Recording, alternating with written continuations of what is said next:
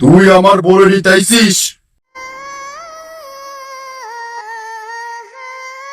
গ্রামের এক প্রান্তে পুরনো এক বড়ই গাছ। এই গাছের বড়ইগুলো অদ্ভুত রকমের মিষ্টি, এতটাই মিষ্টি যে যাদের একবার খাওয়ার সুযোগ হয়েছিল তারা বলতো এমন বড়ই আর কোথাও পাওয়া যাবে না। তবে সেই গাছের সঙ্গে সম্পর্কিত কিছু ভৌতিক গল্পও ছিল। গ্রামের বুড়োরা বলতো এই বড়ই গাছে নাকি রাত্রেবেলা অদ্ভুত সব ঘটনা ঘটে। তবে এসব কুসংস্কার বিশ্বাস করা রমিজের মতো দুষ্ট ছেলের পক্ষে অসম্ভব। রমিজ ছিল সাহসী, গ্রামে তার দুষ্টুমির জন্য অনেক খ্যাতি ছিল। প্রতিদিন ভোরে যখন গ্রামের মানুষ বড়ই খেতে আসতো, রমিজও তার বন্ধুদের সাথে যেত। কিন্তু বড়ই সেরকম ভাবে কোনোদিনই পেত না। একদিন গাছের নিচে গিয়ে দেখলো সবাই বড়ই নিয়ে চলে গেছে। রমিজ খালি হাতে ফিরে আসলো। এটা কাম নাকি? একদিনও আসি বড়ই পাইনি। সবাই আসি প্রতিদিন আগে আগে বড়ই খুঁটি নিয়ে যায়। এভাবে হয় না। যাই বাড়ি যাই। একদিন সে ভাবলো এবার বড়ই সে নিবেই, কিন্তু তাকে বাধা দিল তার বড় ভাই রহিম। রহিম বরাবরই তাকে সাবধান করে আসছিল। তোর কয়বার মানা করা লাগবে? তোর না নিষেধ করছি যে ওই বড়ই তলায় আর যাইস না? তুই জানিস না ওই বড়ই তলায় ভয়ঙ্কর উল্টাপাল্টা জিনিস ঘটে? কয়েকজনের সাথে ভয়ঙ্কর কিছু ঘটনা ঘটছে, অনেকে পাগল হয়ে গেছে। তো নিষেধ করা সত্ত্বেও তুই খালি বড়ই তলা যা বড়ই খুঁটতে যাস। আমার কথা শোন, নিষেধ শোন, আর কিন্তু ওই বড়ই তলা যাবি না। তুমি এত বিতু কেন? এত ভয় পালি চলে? কেউ কি কোনোদিন দেখছে ওই জায়গায় উল্টা পাল্টা ভয়ের ঘটনা ঘটছে? খালি উল্টা পাল্টা কথা কও, খালি শোনা কথা কর কাম বাসছে নাকি? নিজে চোখে দেখে আসি তারপরে কইও। আমিও না বড়ই খুঁটপিট যাবই, আটকাবি কিনা সে দেখবো না। রমিজ রহিমের কথা মানলো না, সেখান থেকে চলে গেল। পরদিন রাতে যখন সবাই ঘুমিয়ে পড়লো, রমিজ একা একা গাছের দিকে রওনা দিল। রাত ছিল পূর্ণিমার, কুয়াশা আর অন্ধকার পরিবেশে পুরো গ্রামের চারপাশ রহস্যময় হয়ে উঠেছিল। বড়ই গাছের কাছে পৌঁছানোর সময় তার শরীরের লোম দাঁড়িয়ে গেল। সে বুঝতে পারলো আশেপাশে কিছু একটা হচ্ছে, কিন্তু সেটা কি হচ্ছে সেটা সে বুঝতে পারলো না। এমন সময় গাছের নিচে দাঁড়িয়ে কেউ একজন বড়ই খুঁটছিল। রমিজ অবাক হয়ে গেল, এত রাতে এখানে কে এরকম বড়ই খোটে?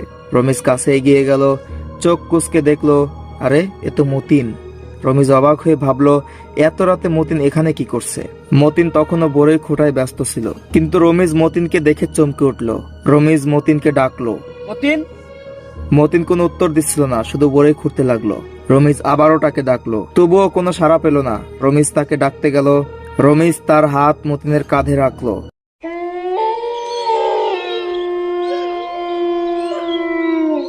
তার হাত যখন মতিনের কাঁধে পড়লো, তখন তীব্র এক শিহরণ পুরো শরীর জুড়ে ছড়িয়ে পড়লো।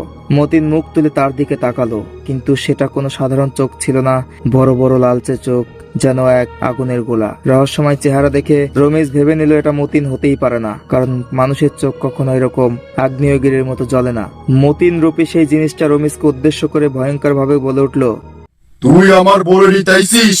রহস্যময় কণ্ঠস্বর। রমিজ কিছু বলার আগেই চারপাশে অন্ধকার আরো ঘনীভূত হতে লাগলো। গাছের ডালপালা কাঁপতে শুরু করলো, বাতাসের সাথে যেন সবকিছু অদৃশ্য শক্তি ঘুরে বেড়াচ্ছিল।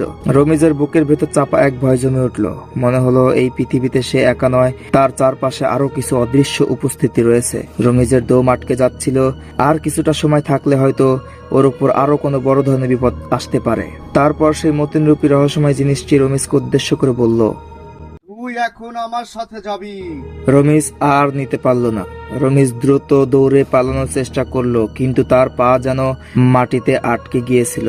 রমিজ অনেক ছোটাছুটি করতে লাগলো সেখান থেকে পালানোর জন্য, কিন্তু কোনোভাবেই কোনো কিছু হচ্ছিল না। এক সময়ে রমিজ হাঁপাতে লাগলো। তারপর হঠাৎ করেই যেন তার মনের কোনো এক শক্তি বলে উঠলো। আউযু বিল্লাহি মিনাশ শাইতানির রাজিম। এতটুকু বলেই পুরো পরিবেশ বদলে গেল। অদৃশ্য শক্তি সরে গেল, গাছের ডালপালা শান্ত হয়ে গেল, বাতাস থেমে গেল, মতিন রূপী ছায়াটিও মিলিয়ে গেল বাতাসে। রমিজ এবার দ্রুত সেখান থেকে পালিয়ে আসলো। সে এক দৌড়ে বাড়িতে ঢুকে গেল। পরদিন সকালে রমিজ ঘটনা রবিন আর মতিনকে বলল। মতিন রমিজের ঘটনা শুনে অবাক হয়ে গেল এবং রমিজকে বলল, কি উল্টো পাল্টা কথা কোস? আমি তো রাত্রে ঘরের থেকে বেরোলি, রবিন আমার বড় ডাক পেরাইছে, আমি তাও যাইনি। আমার মনে হয় মতিনের রূপে জিন তোরে ভয় দেখাইছে। এতদিন ওই জায়গা নিয়ে মেলা ঘটনা শুনছি, তারপরে পরীক্ষা করে যেতাম, কিন্তু এরপরে আমি আর যাইছি না ভাই।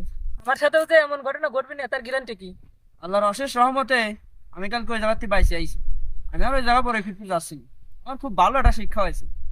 থাক, বাড়ি যাই। সেদিনই রমিজের ভাই রমিজকে বলল, দেখছিস, তোর আমি কেন নিষেধ করলাম না যে যাস না? কিছু কিছু রহস্য জিনিস থেকে আমাদের দূরে থাকাই উচিত। বিপদে পড়লে সবসময় এরকম আল্লাহকে স্মরণ করে বিপদ আপদ থেকে রক্ষা পাবি।